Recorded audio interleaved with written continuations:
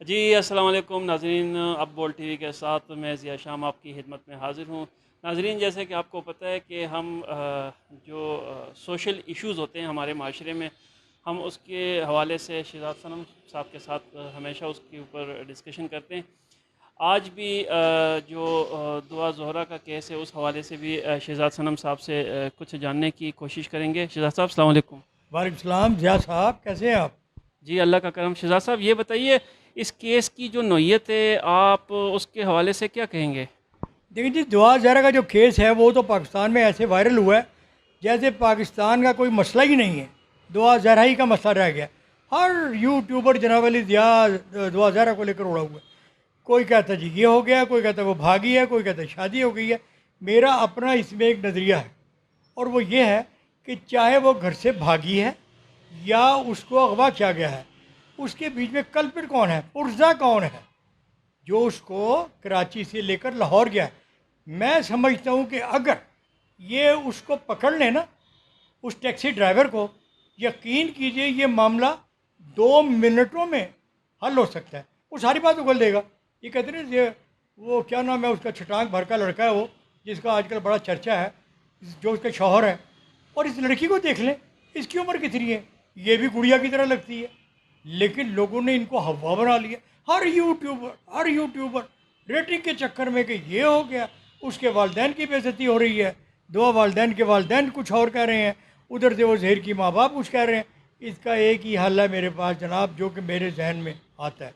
आप सिर्फ और सिर्फ उस टैक्सी ड्राइवर को पकड़ कर उसकी छतरोल करें ना, वो सारा उगल देगा। पता लग जाएगा कि ये किसके साथ गई है, या अगर वो टैक्सी ड्राइवर खुद लेकर गया तो वो जाहिर बात है गैंग वालों का बंदा होगा, जो कि मिली भगत से लेकर गया है। रास्ते में 1200 मील का फासला है। क्या ख्याल है, नाके नहीं आए किसी पुलिस वाले ने? एक आम आदमी भी जा रहा हो, उसे भी कहते अच्छा जी दिखाएं शनाख्ती कार्ड। शनाख्ती कार्ड नहीं है, कोई अपनी शनाख्ती कोई चीज़ दिखाएं, दिखानी पड़ती है। तो उस बच्ची को पीछे बिठाया हुआ है और वो टैक्सी ड्राइवर लेकर जा रहा है। टैक्सी नहीं होगी यार, पता नहीं, मेरे ख्याल में कोई, क्या अब मैं उसको कहूँ, कोई। जी सर, बिल्कुल आपकी बात ठीक है कि ये केस जिस तरीके से इसको उलझाया गया, ये इतना पेचीदा केस नहीं था, बड़ा सिंपल सा केस था। लेकिन खैर, चलें, अल्लाह करें कि उनके जो माँ बाप की परेशानी है वो ख़त्म हो जाए। अच्छा सर, 2 जुलाई को इमरान खान साहब ने परेड ग्राउंड में एहतजाजी मुज़ाहरा का ऐलान किया है, तो आप क्या कहते हैं इस मुज़ाहरे के हवाले से, जो कि मौजूदा हुकूमत के ख़िलाफ़ भी है, महंगाई के ख़िलाफ़ भी है? ज़िया साहब, मैं इस बारे में क्या कहूँ, बल्कि मेरे ख़यालात से आप इत्तेफाक करेंगे। हमने बड़े बड़े एहतजाजी जलसों में शिरकत भी की है, मुजाहरे भी देखे हैं, और बड़े तशद्दुद आमेज़ लम्हात भी देखे हैं। लेकिन उनका फ़ायदा क्या हुआ? या तो ये है कि मुजाहरे करने से और एहतजाज करने से किसी चीज़ की काया पलट सकती हो। अब अगर ये मुजाहरा एहतजाजी मुजाहरा हो रहा है, तो आपको पता है कि शहबाज शरीफ वगैरह ने भी इमरान खान के ख़िलाफ़ वो किया था, एहतजाजी मुजाहरा महंगाई के ख़िलाफ़ किया था कि नहीं? जी अब वो, सर, बिल्कुल ये आपकी बात ठीक है। जब अभी जो मौजूदा हुकूमत है, जब ये सारे अपोजिशन में थे, तो इन्होंने भी इमरान खान के ख़िलाफ़, महंगाई के ख़िलाफ़ एक एहतजाज किया था, जिसमें मौलाना साहब भी शामिल थे, पीटीएम में जितनी जमातें थी। लेकिन आपने देखा होगा कि आजकल ना तो मौलाना साहब कहीं नज़र आ रहे हैं कि वो महंगाई के ख़िलाफ़ आके थोड़ा सा बातचीत करें, ठीक है, हुकूमत के ख़िलाफ़ कुछ बात करें, क्योंकि उनके अपने बेटे को सीट मिल गई है, और बाकी तमाम पार्टियों को भी एडजस्ट किया गया, कुछ ना कुछ नवाजा गया। लेकिन गरीब आवाम का क्या बनेगा? उनका तो जीना जो है ना इस वक्त मुश्किल हो चुका है। जिस तरीके से पेट्रोल महंगा हो गया, बिजली महंगी हो गई, हर चीज़ को जो है ना आग लग गई है, और हर चीज़ की कीमत जो है ना वो आसमान को छूने लगी है। तो मतलब पाकिस्तान का तो चलो जो बनेगा ही बनेगा, लेकिन गरीब आवाम का क्या बनेगा? देखिए, गरीब आवाम जब सड़कों पर आएंगे ना, तो फिर उसका नतीजा आपको पता है क्या निकलता है, कि बिफरे हुए अवाम फिर कुछ ही कर सकते हैं। उसके सामने ठाठे मारता हुआ समंदर वो नहीं ठहर सकता। अब ये जो महंगाई है, किसने की है? क्या हमारे मुल्क में वसाइल नहीं है? बिजली के वसाइल हमारे पास नहीं है? कहने को तो हम एटमी क़ुव्वत बन गए हैं। भाई एटमी क़ुव्वत बनने का मतलब यह है कि हम अपने तमाम वसाइल ख़ुद इस्तेमाल करेंगे, अपने मुल्क के लिए करेंगे। यहाँ अब हालत ये है कि हमें एटमी अपना वो तहफ़्फ़ुज़ात के लिए ना गौर करना पड़ रहा है कि हम इसका तहफ़्फ़ुज़ कैसे करेंगे, हम इसका तहफ़्फ़ुज़ कैसे करें। उधर से भी दबाव है, हमें उधर से भी दबाव है, हर जगह से हम तो दबे हुए हैं। कोई IMF का नाम लेते हैं, IMF का नाम कई बंदे तो जानते ही नहीं कि ये है किस बला का नाम, ये किस चिड़िया का नाम है। ये तो वही आप नहीं समझते कि ये जो कुछ हो रहा है, ये जो कुछ ये जिस तरीके से ये माहौल बनाया गया है, ठीक है, ये सिर्फ़ और सिर्फ पाकिस्तानी कौम को बेवकूफ़ बनाने के लिए किया गया है। क्योंकि देखें आप कि जो पाकिस्तानी कौम के 35 साल है उसको बड़े तरीके से आईने तरीके से जो है ना उस कौम के ज़ाया कर दिए गए, और जो 35 साल है वो गैर आईनी तरीके से इस कौम के ज़ाया किए गए। ठीक है, ना हमने आईनी तरीके से जो हुकूमतें आई थी, ठीक है, ना उसमें कोई तरक्की की है, ना जो गैर आईनी तरीके से आए उसमें कोई तरक्की की है। हमारे पड़ोस में आप देखें, अफ़गानिस्तान में डॉलर का रेट देखें, उसके अलावा फिर मलेशिया में जो उनका है वो आप देखें, उनका रेट देखें। बांग्लादेश जो हमसे जुदा हुआ है, ठीक है, अभी उनका 1 टका और हमारे 2.5 रुपये। ठीक है, तो हम मतलब हम किस तरफ जा रहे हैं? हम तो तरक्की की तरफ नहीं जा रहे, लेकिन जो भी हुकूमत आती है वो फिर अपनी तरक्की के आलाप जो है ना लागने शुरू कर देते हैं। अगर हम तरक्की की तरफ जाते तो डॉलर इस वक्त 50 रुपये का होना चाहिए था हमारे मुल्क में, लेकिन वो 200 क्रॉस कर गया। तो क्या बनेगा कि मतलब जो बड़े लोग हैं जिन्होंने ये सारी प्लानिंग में मतलब जो इसका हिस्सा होते हैं वो तो मज़े में हैं। उनको तो देखें ना महंगाई से कोई फ़र्क पड़ता है, ठीक है, ना पेट्रोल महंगा होने से कोई फ़र्क पड़ता है, ना बिजली महंगी होने से कोई फ़र्क पड़ता है, क्योंकि उनके तो खाते ही इतने बड़े हैं। तो क्या बनेगा? देखें ज़िया साहब कि ये महंगाई का जो तनासुब है इसका कोई हल नहीं है। हमारे यहाँ जितनी भी महंगाई होती है, चीज़ों की अशिया की कीमतें बढ़ती हैं, गवर्नमेंट उनका रेट मुकर्रर करती है, और ये आप जाकर देखें कि वहाँ कीमतें गवर्नमेंट की जो होती हैं उनको कोई लिफ्ट नहीं करवाता है। हर दुकानदार ने अपना रेट लगाया हुआ है, हर दुकानदार ने अपना रेट लगाया। जब अगर आपने गलती से किसी से पूछ लिया, या तो वहाँ पर आपकी धींगा मुश्ती शुरू हो जाएगी दुकानदार से, या दुकानदार का एक घिसा पिटा जवाब, वो जी पीछे से सामान महंगा आ रहा है।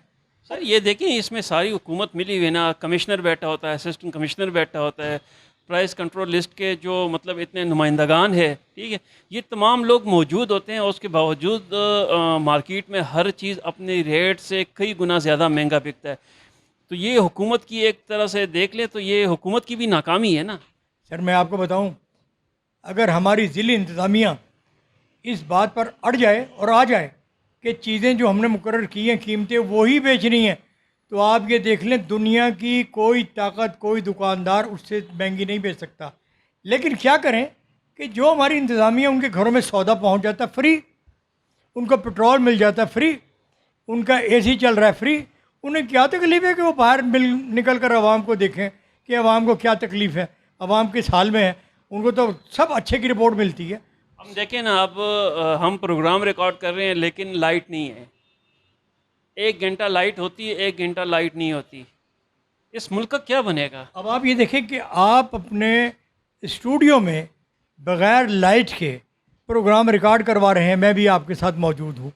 लाइट गई हुई है, गर्मी के मारे, पसीने के मारे शराबूर हैं हम, लेकिन हम अपनी ज़िम्मेदारी पूरी कर रहे हैं कि जो हमने आवाम को आगाही देनी है वो हमने देनी है, ख्वाह कोई उसके ऊपर अमल करे या ना करे। जो हमने अवेयरनेस देनी है आवाम को। एक और बात है कि पिछले दिनों मुर्गी की कीमतें बहुत चढ़ी हुई थी, अब भी हैं।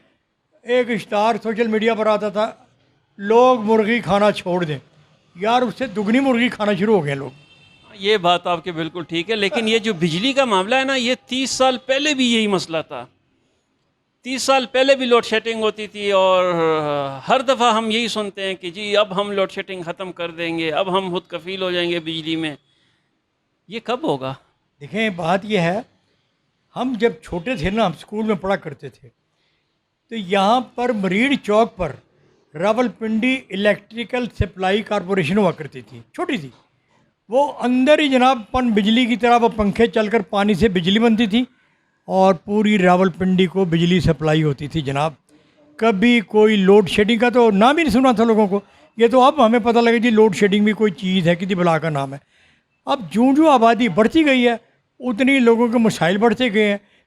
बिजली के लिए सबसे अच्छा यार ये जो नहरी हमारा निज़ाम है, अगर इसके ऊपर थोड़े थोड़े फासले के ऊपर टरबाइन लगा दी जाए और वहाँ के लोगों को ये कह दिया जाए कि यार ये 10 मील का फासला आपका है, 10 मील का फासला आपका है, आप बिजली बनाएं और अपनी काश्त करें और अपने घर बार में बिजली सप्लाई करें।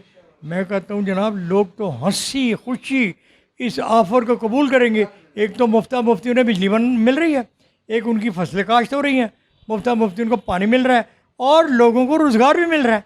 यार उस तरफ हम तवज्जो ही नहीं देते, उस तरफ हम तवज्जो ही नहीं देते। बिल्कुल सर, उस तरफ हुकूमत तवज्जो भी नहीं देती और देना भी नहीं चाहती, क्योंकि देखें अगर मसले ख़त्म हो गए तो फिर तो लोग जो है ना सुकून से जीना शुरू कर देंगे, फिर इनसे अपने हुकूक मांगेंगे, तो इसलिए तो ये चाहते नहीं है। लेकिन अब हमने ये देखना है कि 2 जुलाई को इमरान खान साहब के साथ कौन कौन निकल रहा है। मेरा तो एक पूरे पाकिस्तान से ये अपील है कि अगर अब आप महंगाई के खिलाफ नहीं निकलेंगे तो फिर कुछ भी नहीं होगा, फिर ना हमारी तकदीर बदल सकती है और ना हम जी सकेंगे, क्योंकि जिस तरीके से महंगाई बढ़ रही है तो या तो लोग जो है ना डाके डालेंगे और ज़ाहिर बात है या फिर ख़ुदकुशियाँ करेंगे। मैं आपको एक बात बताऊँ रियाज साहब कि अयूब खान के दौर में और उसके बाद में भी तकरीबन 1-2 हुकूमतें आई हैं, बजट सिर्फ साल में एक मरतबा पेश होता था, एक मरतबा। और उस वक्त मैं आपको एक बड़ी हैरानी की बात बताऊं कि रेलवे का बजट भी 1 डे बिफोर पेश होता था, यानी कि रेलवे का महकमा is equal to country budget.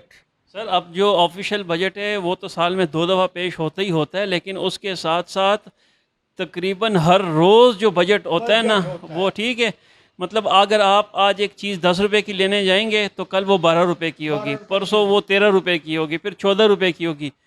मतलब रेट की जो स्टेबिलिटी है ना वो आप तयन तो उसका कर ही नहीं सकते, ना अपना घर का बजट बना सकते हैं कि जी मेरे इस महीने का 30,000 का अगर मेरी है बजट तो 30,000 में मैं कैसे गुजारा करूँगा। अब आप मुझे ये बताइए कि चीनी जो है ना, ये गन्ना हम बाहर से तो नहीं मंगाते हैं, हमारे मुल्क में पैदा होता है ना, ये चीनी हम खुद ही बनाते हैं ना। इसी तरीके से ये जो सब्ज़ियां हैं, बेशतर सब्ज़ियां हम कभी कभार कोई बाहर से आ गई तो आ गई, लेकिन हमारी ज़रूरियात पूरी करने के लिए, मुल्की ज़रूरियात के लिए हमारी सब्ज़ियां काफ़ी हैं। इसी तरीके से हम सुनते थे गंदम किसी ज़माने में अमेरिका से आती थी इमदाद, वो भी हमने ख़त्म कर दी है। खुद कफ़ील है हम गंदम के बारे में। अब आपने सुना कि गंदम हमारी बाहर से आई है, चावल हमने बाहर से मंगाए, सुना कभी? ये हमारे मुल्क की पैदावार है, क्यों महंगाई है फिर? जब हमारे मुल्क में पैदा हो रही है ये चीज़, तो ये हमारे मुल्क के किसान कहते हो जी खाद महंगी होगी। भाई कंट्रोल करने वाले लोग होने चाहिए जो इन चीज़ों पर कंट्रोल करें। अगर चीज़ें जी बिल्कुल, ये तमाम चीज़ें पाकिस्तान में किसी चीज़ की कमी नहीं है। यहाँ पे देखें चीनी पाकिस्तान की अपनी है, गंदम पाकिस्तान की अपनी है, सब्ज़ी पाकिस्तान की अपनी है, चावल पाकिस्तान के अपने हैं, फ्रूट्स पाकिस्तान के अपने हैं। यहाँ किसी भी नेमत की कमी नहीं है, लेकिन जो माफियाज़ है उन्होंने ये तमाम गेम रचाया है, ठीक है, और उन्हीं की वजह से ये जो महंगाई हमारे ऊपर मुसल्लत हुई है, तो इसमें ये जो माफियाज़ हैं उनका भी बहुत बड़ा हाथ है। नाज़रीन इंशाल्लाह अगले प्रोग्राम में एक और बात ज़िया साहब मैं आपसे सवाल करूँगा कि हर बंदा माफिया तो करता है और उनको दबाने की भी कोशिश करते कि हम पकड़ेंगे माफिया को, सज़ा देंगे। आपके ख़्याल में माफिया को कंट्रोल करने का और माफिया को ख़त्म करने का क्या लाहेबल है, बताइए ज़रा। देखें सर, माफिया को ख़त्म करना बहुत ही आसान है, ठीक है, लेकिन ये पाकिस्तान में कभी ख़त्म इसलिए नहीं होगा कि जो इक़्तिदार के ऐवानों में बैठे हुए जो ठीक है वो इन तमाम शामिल है। देखें उन्होंने किसी ना किसी शक्ल में किसी बंदे को आगे किया होता है, लेकिन सपोर्ट सारी उनकी अपनी होती है। जो हमारे असम्बली में सारे मेंबरान बैठे हैं इनकी किसी न किसी की शुगर मिल है, किसी का क्या है, किसी का क्या है, और ये तमाम जो है ना इस माफिया के साथ मिले हुए हैं। तो इस मुल्क में माफियाज़ को ख़त्म करना बहुत बड़ा मुश्किल काम है। उसके लिए इनकलाब की ज़रूरत होती है, और वो इनकलाब जो है ना फिर बातों से नहीं आता, ठीक है। उसके लिए फिर अमली इक़दामात उठाने पड़ते हैं, और उसके लिए फिर बहुत सारी कुर्बानियाँ देनी पड़ती है, जो कि पता नहीं हमारी कौम बर्दाश्त कर सकती है या नहीं कर सकती। ये तो आने वाला टाइम बताएगा, क्योंकि महंगाई जिस तरीके से जा रही है। तो नाज़रीन, इंशाअल्लाह अगले प्रोग्राम में शहज़ाद साहब के साथ फिर किसी और मौजू पे बातचीत करेंगे। बहुत शुक्रिया शहज़ाद साहब, आपने टाइम दिया। जी बहुत शुक्रिया ज़िया साहब, थैंक यू वेरी मच। जी नाज़रीन, इंशाअल्लाह अगले प्रोग्राम में फिर मिलेंगे। तब तक के लिए दीजिएगा इजाज़त। अल्लाह हाफ़िज़।